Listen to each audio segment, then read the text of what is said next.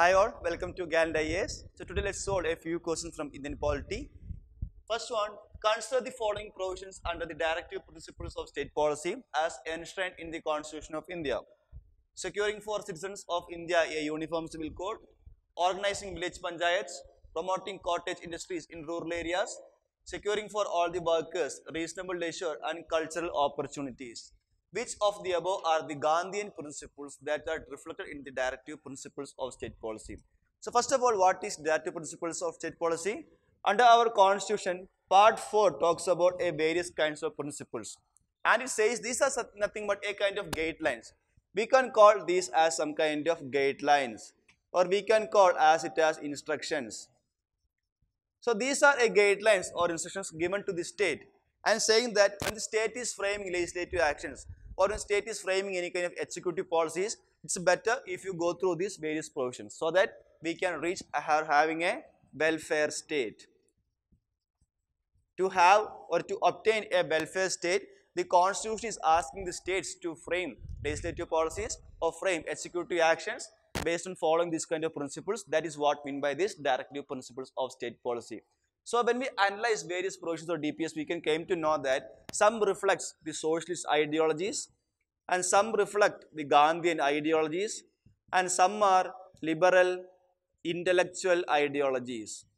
So the question asked here is, which of the following is part of the Gandhian principles is asked here. Clear? First one, securing for citizens a uniform civil code. That comes under the liberal intellectual principles. Clear? So one is not our right statement. Organizing village panchayats. Yes, that reflects the Gandhian principles. So 2 can be the right statement. Again, promoting cottage industries in the rural areas. Yeah, that is also a part of this Gandhian ideology. That's a correct statement. Regarding 4, securing for all the workers reasonable leisure. Since it is related to workers, we can assume that it's a part of socialist principle and that shall not be our answer. So from these 4 options which reflect the Gandhian principles, that is 2 and 3. So answer is option B here. See, at least if you know that regarding uniform civil code is a not part of Gandhian or which is a part of liberal principles, you can easily eliminate option A, you can eliminate C as well as you can eliminate option D. And by knowing that single statement, we can directly reach at the answer, that is option B, 2 and 3 only. Clear? Which one of the following is not a feature of Indian federalism? There is an independent judiciary in India. Powers have been clearly divided between the centre and states. The federating units have been given unequal representation in the Rajya Sabha. It is a result of agreement among federating units. So first of all, what is mean by federalism? Simply means a clear-cut division of powers or clear demarcation of powers between centre as well as state governments directly in the constitution. So constitution itself directly divides the power sharing between centre as well as states, and that is what mean by a federal structure or what's mean by a federal polity. And here see, in India, Article 1 says that India shall be a union of states. Clear? So the term federation is not used under Article 1. Why means, in case of ours, India is not formed as a result of an agreement among various states. No. But see, take the case of USA. The USA, the United States of America, there were independent states earlier existed. And they come together to form a separate entity called United States of America through an agreement. That is not the case of India. So India is not formed as a result of agreement among various states. Clear? First of all, India came, then we have given autonomy to various states. That is what happened under our constitution. And when we analyze the various features of federation, we can came to know that written constitution is a part of federal structure, or division of power is a part of federal structure, and we have an independent judiciary in case of federal structure. And to amend certain provisions of the constitution, the procedure is tough. That is, rigidity of a constitution is also a part of what? This federal feature. Then the presence of bicameralism. Bicameralism means having 2 houses, that is Lok Sabha as well as Rajya Sabha. See, who sends representatives to Rajya Sabha? It is those state legislative assemblies. So here what does it mean that here states are directly participating in national lawmaking. Through that the values of states or the powers of states are also mentioned through this concept called bicameralism. Clear? And moving to the question, which of the following is not part of federalism is asked here.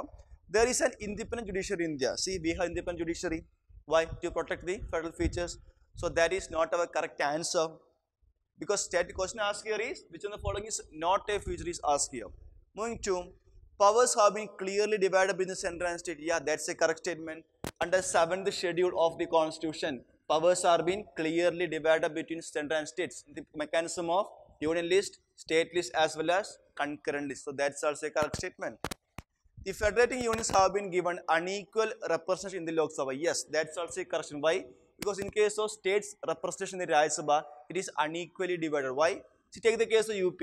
Uttar Pradesh has 31 Rajya Sabha MPs. Or take the case of Sikkim. It has only 1 Rajya Sabha MPs. It is not equally divided. But see, take the case of USA.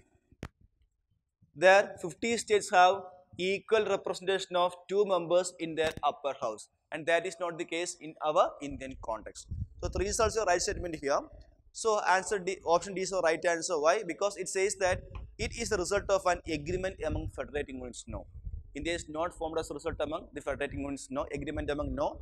But that was the case in case of USA. So since this is the wrong one, and since we have to find out the not correct one, answer D is our, option D is our correct answer. Clear? Consider the following statements in respect of Bharat Ratna and Padma Awards. The Bharat Ratna and Padma Awards are titles under Article 18 of the Constitution of India. The Padma Awards, which were instituted in the year 1954, were suspended only once. The number of Bharat Ratna Awards is restricted to a maximum of 5 in a particular year.